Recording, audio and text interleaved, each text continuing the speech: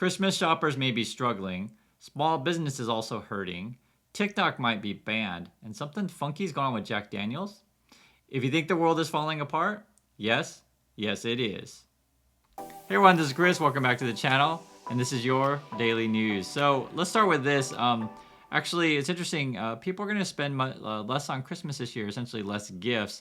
And I'll be curious if you guys are feeling the same. Essentially, if you look at the chart here, I'm sure you guys know that with inflation and if you're unsecure in your work, you're just not so apt to spend a lot of money on Christmas. You'd rather save the money, which I don't blame people, especially when you see the price of toys. I mean, I'm sure you guys see if you have children. It is not necessarily meaning that Christmas is canceled, right? You can tell the kids we're still getting some stuff, but people aren't splurging like they were before. Also, too, I was looking at this is people are also donating less money to charity. And if you look at sort of America as a whole, the number that I saw was really interesting was 41% of Americans are struggling with essentially the household expense, right? Your daily expenses. And that's a lot. 41% of people are struggling in the USA. The year before it was 29%. So we're certainly seeing an increase in that. And I don't have to explain to you guys, right? Mortgages are high because of interest rates are up. Rents are high. Food is expensive. Fuel is up, etc. And if you're worried about the future, it's tough time to be either buying more gifts or donating to charity. So curious if you guys experience the same. If you feel like that you have to tell the kids that you have to cut back this year on Christmas. Also, too, small businesses are struggling as well. I was reading all sorts of different accounts of that. So some basic ideas is that in the past, you might extend a line of credit to your customers saying, hey, come on in, we'll fix your car. We'll order the parts for you, etc. And no problem. But now it's like, hey, if you're gonna order these parts, you got to pay for them ahead of time, kind of thing, because the cost of money is higher, right? Because in the past, said auto shop would just put it on their credit card, that kind of thing, and not worry about so much. But when you're paying like maybe 20% or something like that to borrow money, and also too, you might be nervous if your consumer. Your customer is like not going to actually pay you the money for that. You're more like, hey, show me the money, show me the cash now. And I'll be curious for you guys in small business if you feel like you have changed your business practices due to the rising interest rates, and also too you're concerned about some of your accounts being unwilling to or unable. That's a better word to say it. Unable to pay. This is something of concern. I was looking at this. We usually don't talk about the weather on this channel that much, but when it's something like this crazy. Is worth mentioning, and this is actually in New York, the Buffalo area.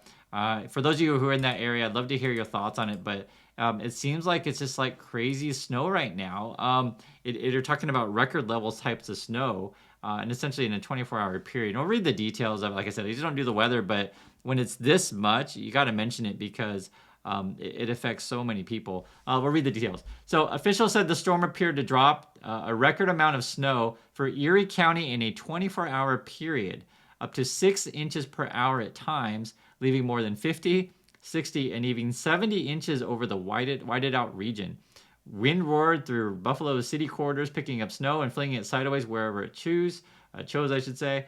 And in other parts of the region, south of the city, snowfall crept above 6 feet. God, 6 feet of snow. It's like, I mean, you can't even go out. You can't even open your door, actually. That would be really crazy. Even as the snow shifted north. And then this is where it gets serious. County officials said 2 people had died as a result of the storm. There were 280 people rescued in the area and 1,600 without power. Whiteout conditions returned Saturday night. I don't think I've heard of something like this much snow, up to 6 feet in some places, and you have to rescue people because there's any number of people, and I'm sure if you have family here, be it like elderly, you're worried like, hey, how my grandparents or how my parents doing, that kind of thing, and we need this much snow. So I think it's worth mentioning because you probably have people out of power, and also too we've been concerned about what's the situation going to be like in Europe, and is power costs going to go up. I can tell you, I'm in here in Korea. We're doing okay. I'm in Busan. It hasn't been that cold, but love to hear from you guys out there where you are, and if you've seen a lot of snow already coming in this year. And trust me, guys, I totally get it. If energy costs are really, really high and snow and it's super cold, you're like, oh my God, I don't want to pay my electric bill. I don't want to see my electric bill, that kind of thing. So in regards to the economy, one of the things, the dollar has actually been falling.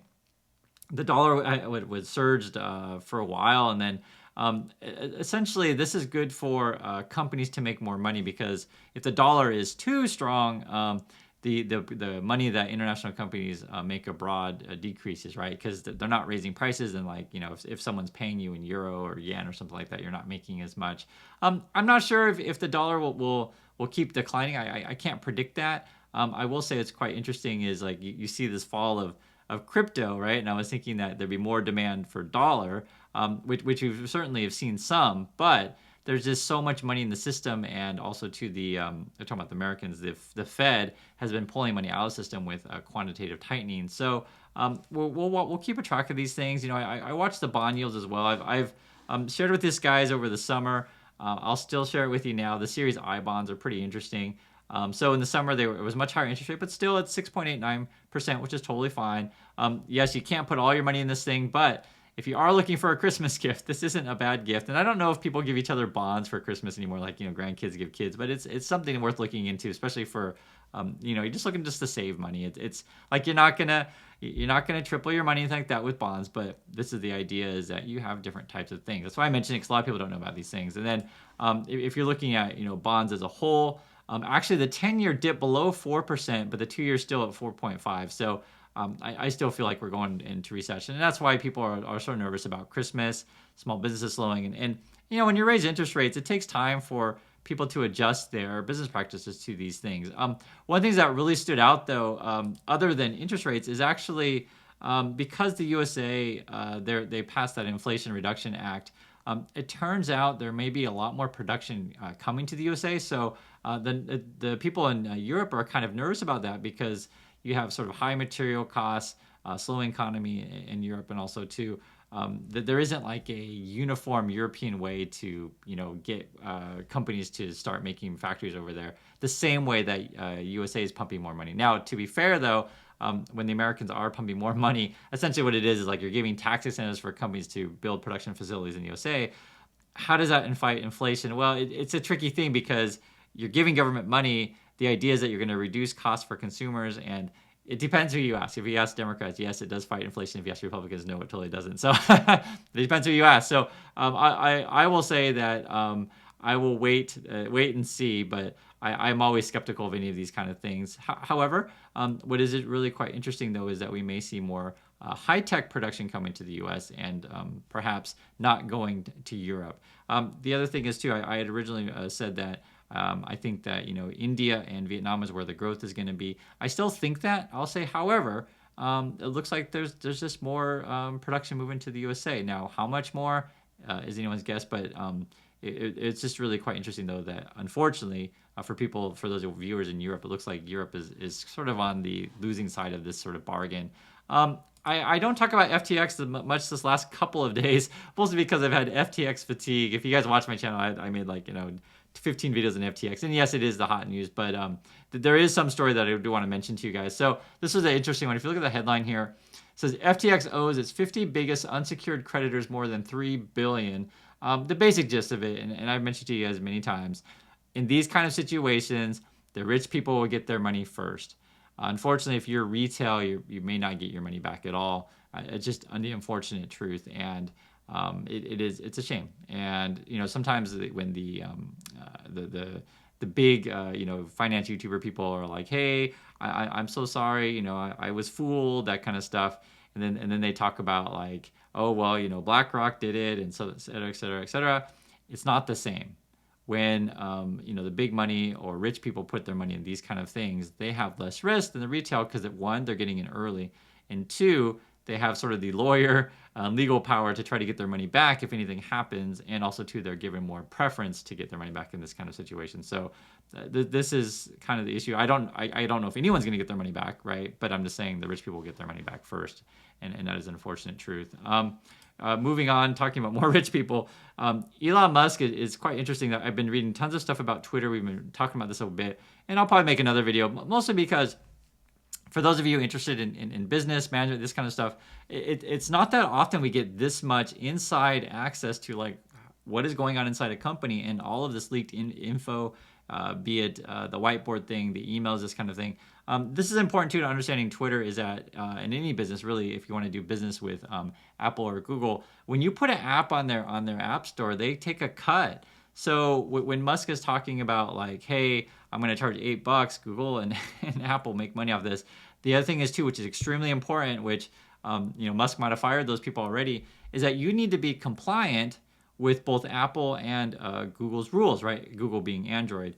And so I don't even know if the compliance people on there, I mean, there's so many things going on with Twitter, and I get it, guys. Some people are really Elon Musk fans, but I'm just saying, if you want to run a business, there's a lot of considerations that you probably haven't thought of other than free speech, right? Like, I get it. A lot of people are all about free speech. I'm saying to run a business effectively, you have to do it effectively with your partners. And the situation here is, Apple and Google are a little bit tricky to work with, and they like your money. I mentioned this one early in the intro. TickTock, and we do talk about this from time to time. It is a major company, and they're going to be eating essentially social media market share from Twitter, and they just keep growing. However, here's a however. This is an interesting one. The government is really, really nervous about these guys. Before it was Senator Rubio was like really harsh on say, hey, we got to kick out TikTok entirely. And now a couple more senators are jumping on board. And we'll read some of the details of this, but basically everyone's nervous about TikTok and your data. Now, to be fair, TikTok is not alone. All social media companies, you should be nervous about your data. Twitter included, Meta, Facebook included, etc. But let's read some of the details of this. It's actually really quite interesting. So this is talking about TikTok. It's not just the content you upload to TikTok, but all your data on your phone, other apps, all your personal information, even facial imagery, even where your eyes are looking on your phone. And this is coming from the Republican Tom Cotton. And he's saying one of the most massive surveillance programs ever, especially on America's young people. So that's pretty harsh language. And here's another moreover. The app is an, quote, enormous threat, and that's Senate Intelligence Committee Chair Mark Warner, and so that's coming out of Virginia. He's a Democrat. All of the data that your child is inputting and receiving is being stored somewhere in Beijing. So that's pretty tough talk, actually, from our politicians talking about a particular company. And, there is some political things in this, and meaning that if you were to ban, like, say, this type of company in TikTok, say, from the USA, it would certainly help American companies, right? So you could play that game. However, you start to play these kind of games and would, trying to respond to that kind of stuff. And I'm not disagreeing with it. I do think if there are security concerns, you just certainly address that. You don't want a foreign power, having the ability to, you don't want, not just foreign power, you don't want actually any company or government, I guess you say both, having the power to track people without their permission and, access sensitive data without permission. This is kind of a thing for any social media company. So this is something we should all be concerned about, data. And in fact, full disclosure, I was all about, any kind of candidate that, and I'm talking about in politics, that was concerned about consumer data or tech companies, these kind of things. And something that I want in political candidates is to pay attention to sort of these new issues that we've never had before in this way, right? Like I never had to worry about TikTok worrying if like they have my facial data. And think of all the uses of that in the future where theoretically you could deep fake, famous people just more easily. I know you can do it now already, but I'm just saying, for example, there's all these things that we haven't thought of before and all these new problems. Now, TikTok says, this is kind of interesting, the response. We'll look at it here. TikTok Chief Executive Officer Xu Zhichu said last week that the company is working on an effort called Project Texas that will isolate sensitive data from its American users so that only staff in the U.S. will have access. Speaking at the Bloomberg New Economy Forum in Singapore, he called the effort, quote, extremely difficult and expensive to build, but aimed at the concerns of American officials. TikTok has said that certain employees outside the U.S. can access information from American users, but denies that it's shared with the Chinese government. So if you believe it or not, that's up to you. I will say that Chinese government can do whatever it wants with its companies, and they can essentially place people from the party inside companies and take control of these kind of things. So, I mean, obviously the CEO of TikTok is going to try to say things to placate people, but I wouldn't trust stuff he says when he regards the government. The Chinese government has full control here. And this is the Jack Daniels thing I was telling you guys about. This is actually might go to the Supreme Court. This has to do with get this, pet toys. And but it's much larger than pet toys. But the basic gist of it, you can see here. That's a Jack Daniels bottle, and then there's this one pet toy company that made a bad spaniel sort of replica of it. And Jack Daniels is saying, you know what, you're infringing on our trademark, right? Essentially. And this is actually a major thing, right? Because look at the shape is the same, that kind of stuff.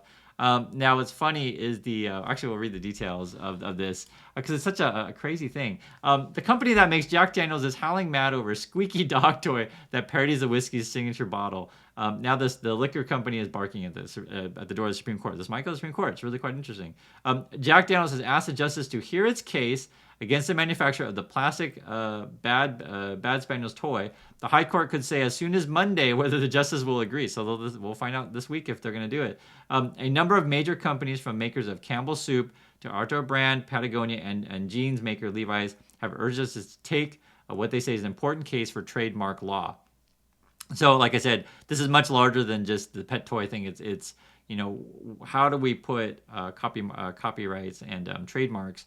I think it's a really, really important case, actually, because, could a company trademark a certain kind of shape, right? Like Jack Daniels would say, no, you can't make any bottle like that. So then, I'm just saying, theoretically, Coca-Cola comes out with a new, type of can to distinguish itself from other competitors and say, oh, no one else can do that shape and size, etc. I think this is really interesting. Now, in response, it's really funny.